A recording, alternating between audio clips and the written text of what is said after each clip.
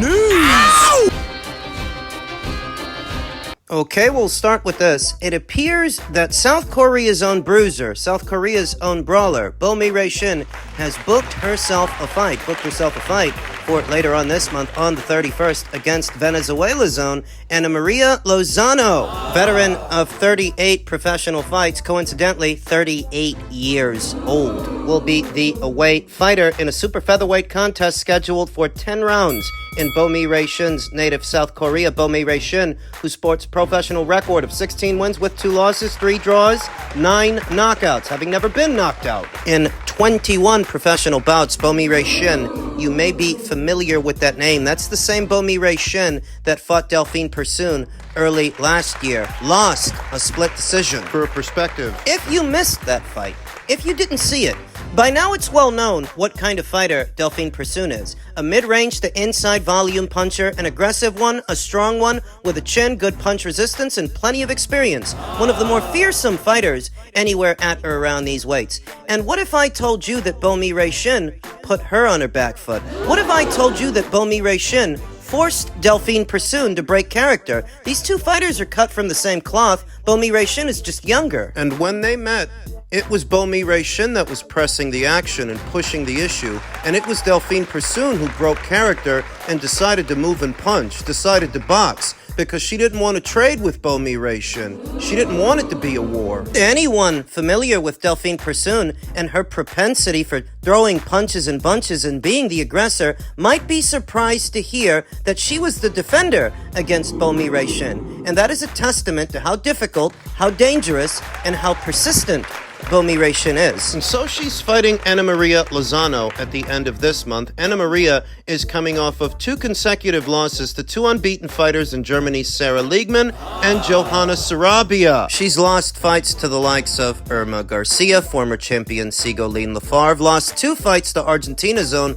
Maria Cecilia Roman. What you will notice is these are good fighters, capable fighters, solid, but they're not big punchers. So if those fighters can beat Ana Maria Lozano, Bomi Shin can beat Ana Maria Lozano. This is going to be Bomi Shin's second fight since having dropped that decision by a narrow margin. Dropped that decision to Delphine Persoon last year. She fought a girl whose name I cannot pronounce in October of last year, scored a 3rd round TKO stoppage. She's coming off a win, and I think she's going to win against Ana Maria Lozano. I think she's going to beat her, possibly knock her out. She's mean. Several good examples. Her performances so far, her performance against Delphine Persoon, who's a spirited, mean-spirited fighter herself. She was on a reality TV show with former WBA champion Hyun-Mi Choi over there in South Korea. She's mean. One of those gauntlet kind of TV shows, one of those obstacle course kind of reality TV shows. And during the filming, she manhandled Hyun-Mi Choi, wrestled her to the ground,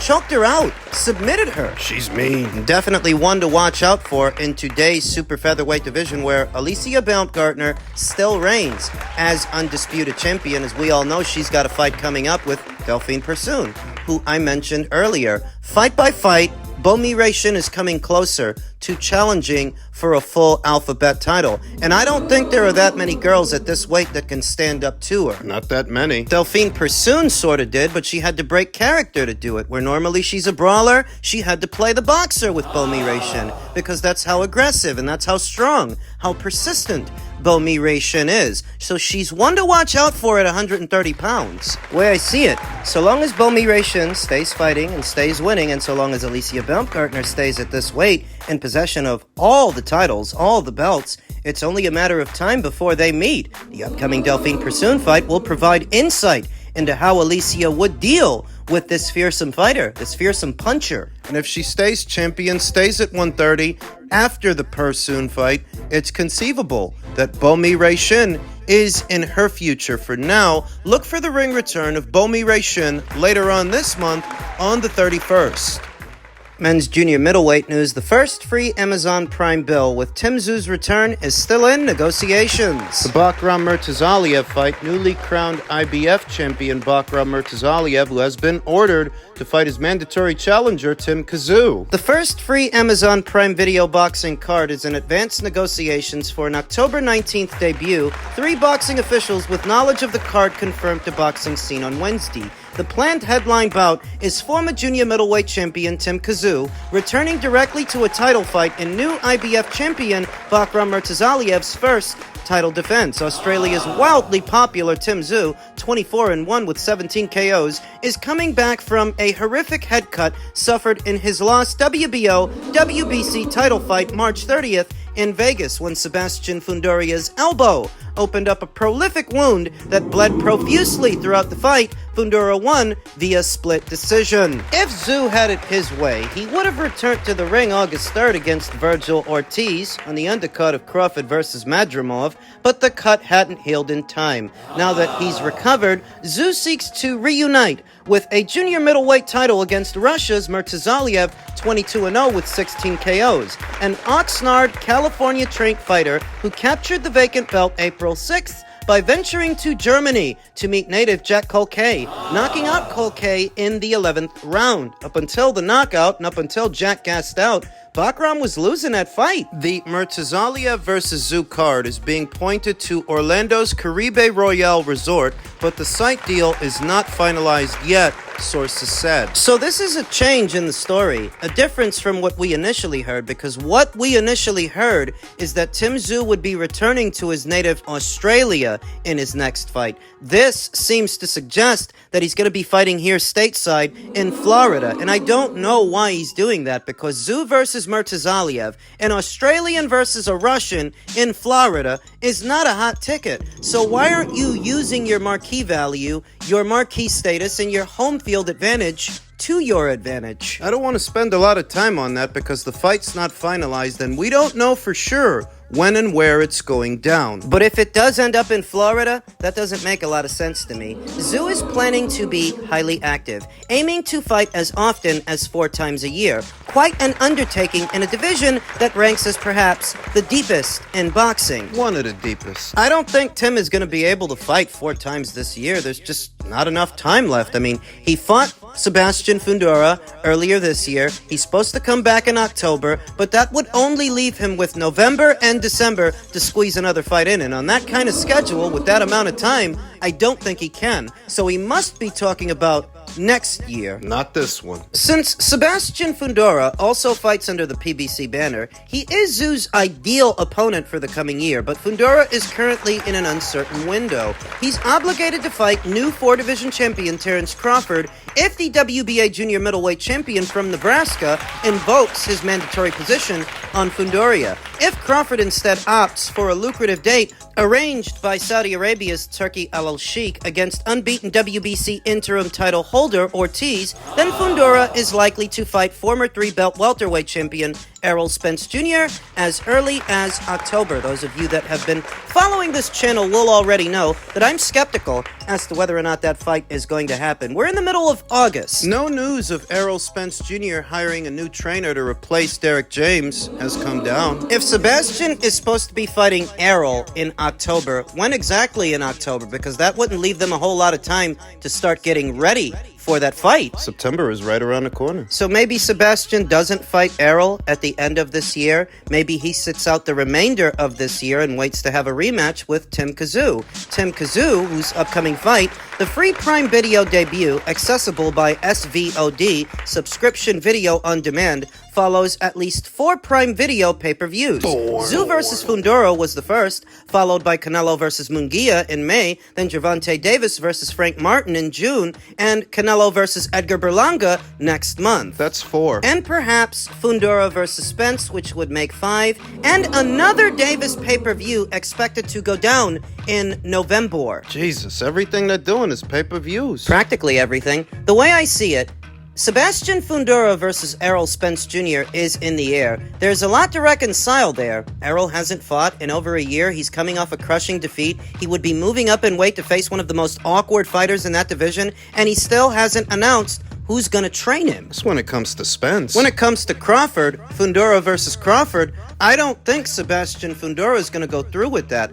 I think that even if he doesn't fight Errol Spence, he still won't fight Terence. That if it comes down to fighting Terence Crawford or sitting out the rest of this year, he will sit out the rest of this year. And wait for Tim Tszyu. Wait to have a rematch with him so long as Tim takes care of business with Bakram Murtazaliev, and I think he's going to. You see, what I think is going on here is Tim isn't going to fight Terence Crawford. Sebastian's not going to fight Terence Crawford. Once again, the PBC are freezing that fighter out because it is their intention to do a rematch between Tim and Sebastian. After what Terence Crawford did to Errol Spence Jr., do you think the PBC wants to give him more access to more of their fighters? No.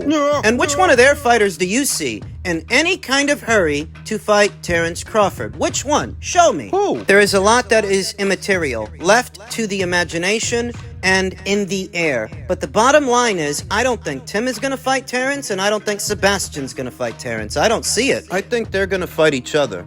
There's a precedent for a rematch. There is a precedent for a second fight. And even though it's not a Terence Crawford fight, it is a good fight. Two things can be true at the same time. That both fighters could be using each other to avoid Terence is possible. But that doesn't mean that a fight between them is a bad fight. No, it's not a bad fight, and there is a reason to do it. I think Tim knocks out Bakram Murtazaliev, and I think he wins the rematch with Sebastian Fundora. That's how I think those fights go if they get made. And I think that's what the PBC's trying to do. They're trying to make those fights. Elsewhere in the junior middleweight division, Sergey Bohachuk is moving on to the Alexander Usyk versus Tyson Fury undercard. Gave a great account of himself. He's been giving a great account of himself in the Brian Mendoza fight, the Virgil Ortiz fight. Although the result of Sergey Bohachuk's scintillating slugfest against Virgil Ortiz will officially be reflected as a loss on his ledger, El Flaco could be a winner in the long run with financial rewards and a burgeoning fan base. Bohachuk, 24-2 with 23 KOs, and Ortiz, 22-0 with 21 KOs, delivered on the war they promised during their pre-fight buildup, and deposited a Fight of the Year frontrunner on August 10th, incessantly blasting each other non-stop for 12 rounds, 36 minutes in their junior middleweight scrap. Bohachuk dropped Ortiz twice, but he wasn't awarded the win in a close fight, if you think that was close, as Ortiz sneaked away with a majority decision and the WBC interim 154-pound title Bohachuk held. That's another guy you have to be mindful of, Virgil Ortiz. He's WBC interim champion now, in a pole position to challenge Sebastian for the green belt. Back over to Bohachuk, Sergey Bohachuk could, however, be awarded another high-profile showcase his next time out, courtesy of boxing power broker Turki El Sheikh, chairman of the General Entertainment Authority in Saudi Arabia. Sergey's star rocketed after this fight. I don't know why no one gave him a chance heading into this fight. Because he got knocked out by Brandon Adams a few fights ago. He was a 5-1 underdog, Bohachuk promoter Tom Loeffler, founder of 360 Promotions, told Boxing Scene. It was great that Al Sheikh was there in person to see how great of a performance Sergey put on. He also said that he thought Sergey won the fight, or at worst, it should have been a draw. It's the same thing I said. He really liked Sergey. He came up to us after the fight and said that he wanted Sergey on a future show. Going into the fight, Virgil Ortiz was the more well-known fighter and the betting favorite. But a lot of people came away from that fight thinking that Sergey won, or Sergey at least did enough to keep his WBC interim title. Al Sheikh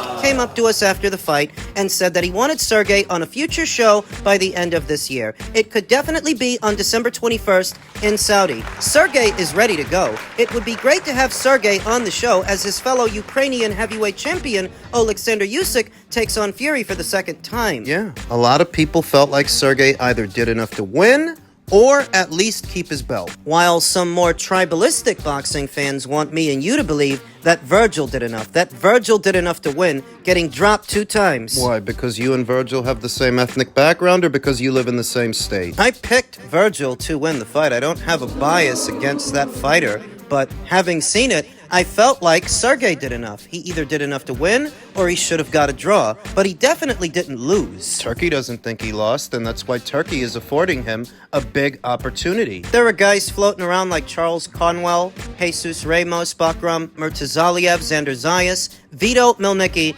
and the inactive likes of Errol Spence Jr., Jermel Charlo, Brian Castaño, and Keith Thurman. Those last 4 guys are PBC fighters that haven't fought in over a year. They're mentioning those guys, but even for the money that Saudi pays, I don't know that you could get those part-time boxers, because that's what they are. Part-time boxers. I don't know that you could get one of them to fight Sergey. The division is so hot, and there are so many great matchups to be made, said Loeffler. Sergey is in the top 3 to 5 of the division. Sergey has earned the right to fight any of the top names. The one thing with Sergey is that you are never going to see a boring fight. And I agree with that. He earned that opportunity in Saudi. The question is, who are they going to convince to fight him? Since a lot of people are convinced he beat Virgil. Loeffler also expressed his concerns that Bohachuk was wronged in his fight with Ortiz. There are definitely questions about the judging and even the refereeing, which we need an instant replay to overturn a knockdown, said Loeffler. I don't understand the mechanics of why it took so long to announce Yes, you do. it to the corners. Overall, we're convinced that Sergey should have kept his interim title and that he should still be interim champion. Sergey didn't lose that fight. It was at worst a draw or winning by 2 points due to the 2 knockdowns. We're disappointed in the decision, but happy with how Sergey fought. It was 12 rounds of non-stop punching, action, knockdowns, and controversy. We never take anything away from Virgil. It was a great performance by him, and we give him credit. It's the leading candidate for Fight of the Year, yet Tom wants to be politically correct. Tom wants to be diplomatic. I won't be. I think Virgil lost. Looked more to me like he lost or it was a draw, but he didn't win. That'll come back to haunt him. It always does. Back over to Sergey. If he's going to be back in action as soon as December of this year, before the year is out, you know what I could go for? Bohachuk versus Madrimov. That'd be a hell of a fight. Bohachuk versus Madrimov, or maybe Jesus Ramos. He's an action fighter. He doesn't seem otherwise preoccupied with anything. I could go for that. It's a deep division, and they can find him somebody to fight. Somebody good. So many people are so disingenuous. Virgil won it clear. You would have to give Virgil Ortiz every possible consideration to score that fight in his favor. That what? He won 8 rounds? Because remember, the guy got dropped 2 times. So for him to pile up enough rounds where he won the fight, how many of them did he win? 8? How many did you guys give him? You guys that are telling me he won the fight clear. Or is it that you're using some other kind of rationale? You're not scoring the fight. You're scoring who you have more in common with. Say it all the time. I don't care about anybody's tribalism. Yours or someone else's. Just a bunch of hypocrites.